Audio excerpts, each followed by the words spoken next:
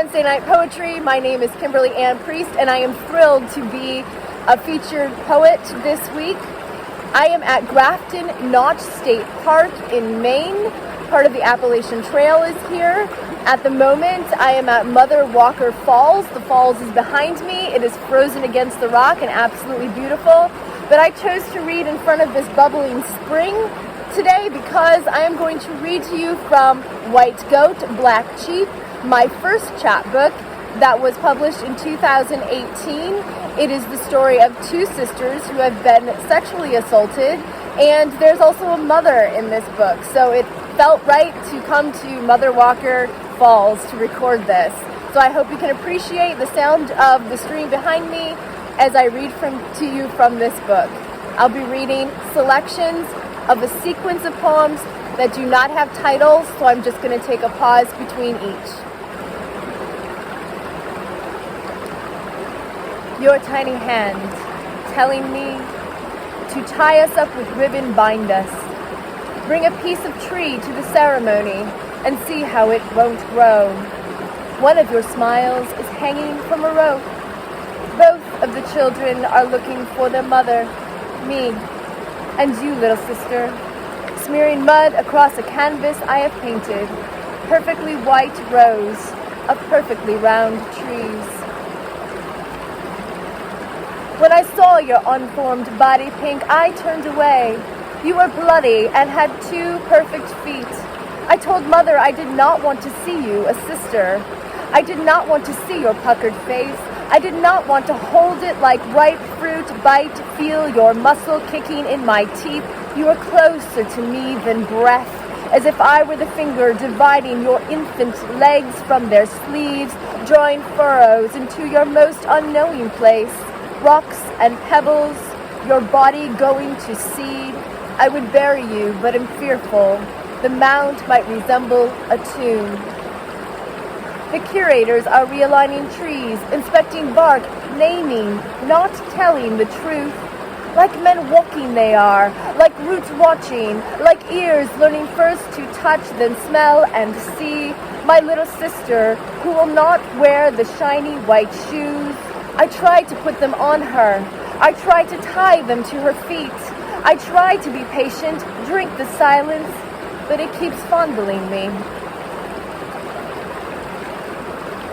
I think I am the part of a man he wants to forget. I think I am a bone. Little sister, I think we are two disjointed lines stretched across a page, you and I.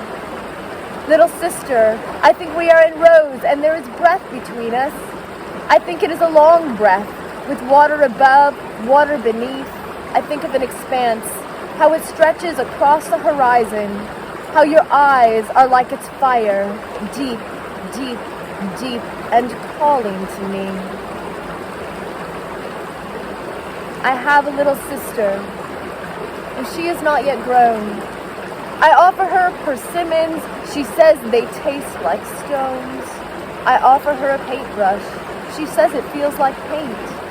I watch her try to form a row of sheep across a page, but she is like the page and cannot know the rows she makes. I offer her some honey, and she eats it down, down, slow. She says it tickles in her tummy, calling her by name. Our mother gathers cloth by the river, opens a box, and pulls out some thread. She sews my sister to a rock. I watch my sister strain. Our mother wades into the river, brings us each a pebble from its bed, tells us to hold it in our cheeks. We hold the pebbles. Swallow, she says. The stone falls hard into my belly. I am filled. I see my feet are naked, with a separation in between. I take back the ripe persimmons I gave to my sister, Black Sheep, Black Sheep. She has filled a bowl with their seeds. Now one of her smiles floats among the shells. She reaches to peel it away. We fight over the smile, a ribbon between us. Bleat, bleat. We will not be bound to anything. Black goat, white sheep. I want to peel back your bark and show you the aphids to see if they are like mine. But you are always moving, little sister, and telling me to move. There are long white scratches on your arms. I think you are scratching because of the aphids. I do not scratch. I am older than you, and know the curators will see it. I choose a smooth stone from the riverbed, rubbing it slowly over each wound. It feels like polishing a whisper and murmurs into a dying spring.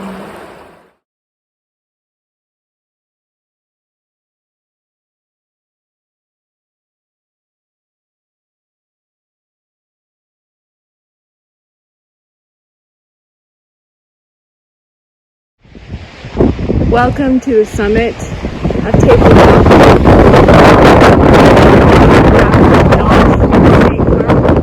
in Maine.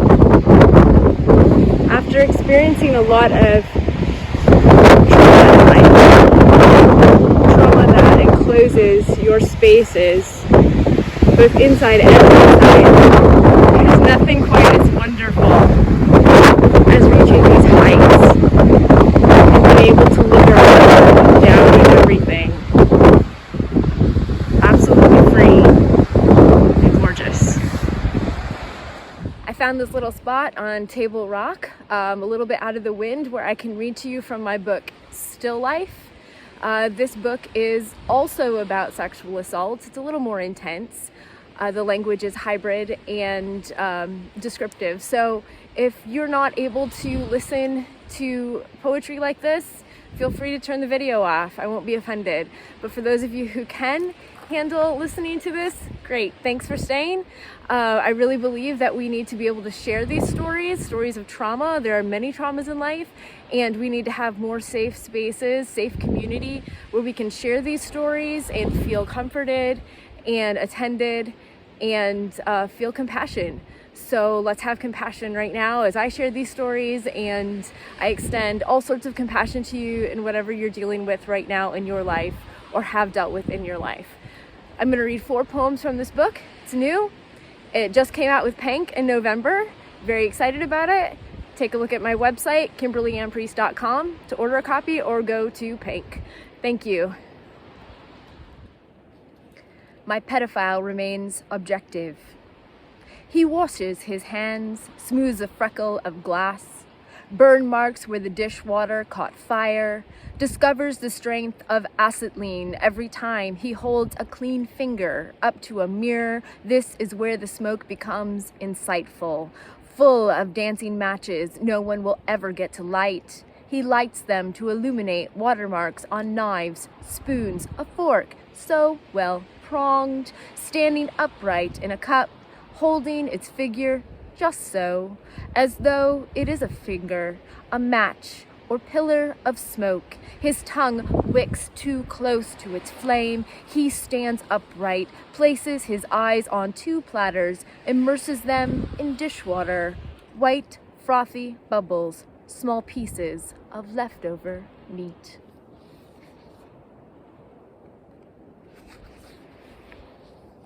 My pedophile stays in the moment.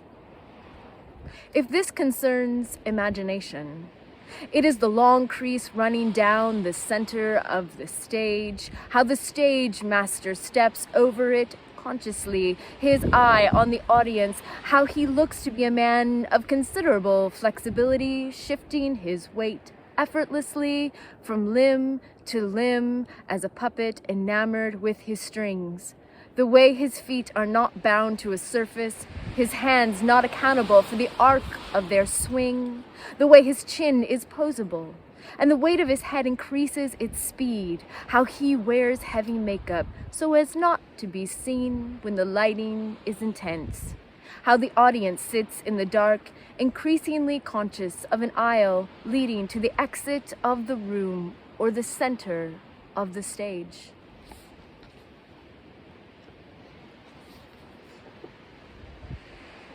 My pedophile times all my future orgasms.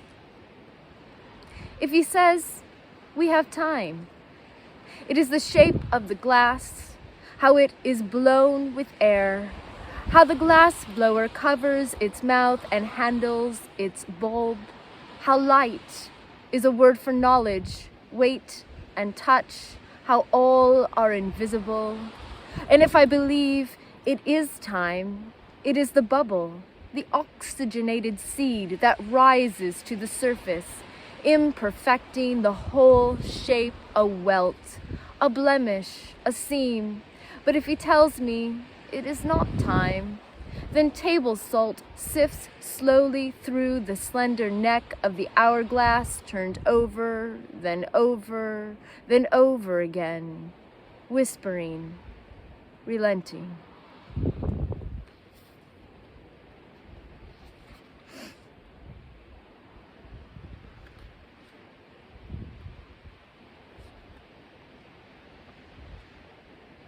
My pedophile feels the need to dance.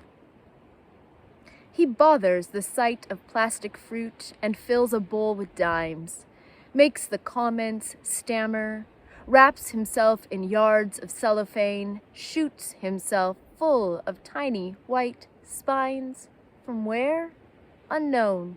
But this is too much to juggle, too much to jugular, gestulate, ejaculate, believe, so porcupines are freed, and this seems to satisfy the audience disinterested, clapping their forearms together in f-stop, full stop, freeze, leaving capacity and range, items and elbows in every direction, trying to score a good seat.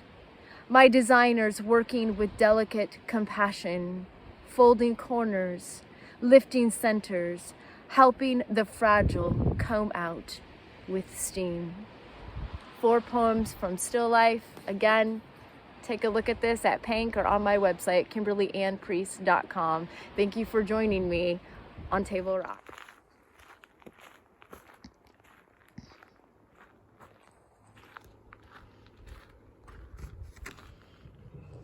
Hello, everyone. We are still at Grafton, not State Park in Maine, but I am in an outhouse. Yes, this felt like the right location to read to you my next poem, a poem that is featured in my first full-length manuscript titled Slaughter the One Bird. It will be out with Sundress Publications next summer. That book is about the way that childhood sexual assault leaves an individual open to violence in the future, in my case, domestic violence. Please look for that book next summer. This poem was also in the Meadow last year, and the staff at the Meadow nominated it for a pushcart prize. So thank you, Meadow. This is not my first flat earth poem, with lines from Psalm 33.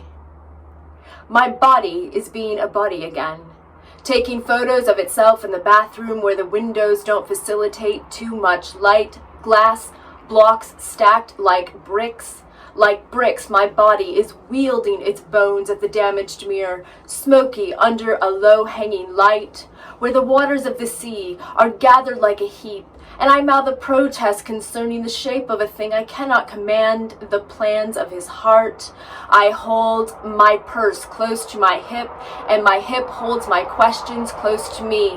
The image reflected, one-dimensional, resisting their every curve and dot, but by its great might, the image cannot rescue me from asking. I cavort the landscape as if I possess a pair of wandering eyes and could tease out the same answers a viewer might awake, standing before the garden of earthly delights at the Museo Nacional del Prado, its panels closed, concealing the historically unknowable inside. Like still life, not landscape, Bosch has painted the world flat inside a bubble and fed it with springs, a biblical mist, mounting hills, cushioning the trees so that their porous trunks are fleshed ever so softly, softly. The round bulb dips its buttocks into the open air of this tiny bathroom, safely exposed, too hot to touch, and the bathroom walls remember they are peeling. Outside its doors, shaky graves suggest that the bartenders and drinkers try to forget all them enemies and debts. Of course, the tabs go up, the laughter, the music, fists in pockets. Bar brawls are rare, or so I've observed. I keep myself useful to the scenery, lip gloss instead of red lips, jeans, a rain jacket in case, no tequila or whiskey. I am as poetic as one bottle of Corona Light. Finished with my drink, I slipped into this space, shed my energy, rearranged the hair around my face.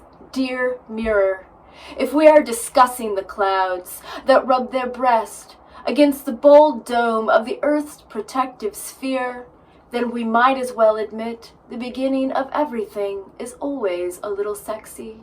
He paid for my beer like a friend. After that, the music began to feel like the Lord was looking down from the heaven, his back arched and the whole damn creation supine. From a learned distance, I watched the panels begin to open and knew he would see what he thought he had made, how it was so explorable, over and around, how it could be opened, how it could be closed, how it could be opened again. Its unlatched cover spread across a surface. Peekaboo, there you are, all the tempting children of men.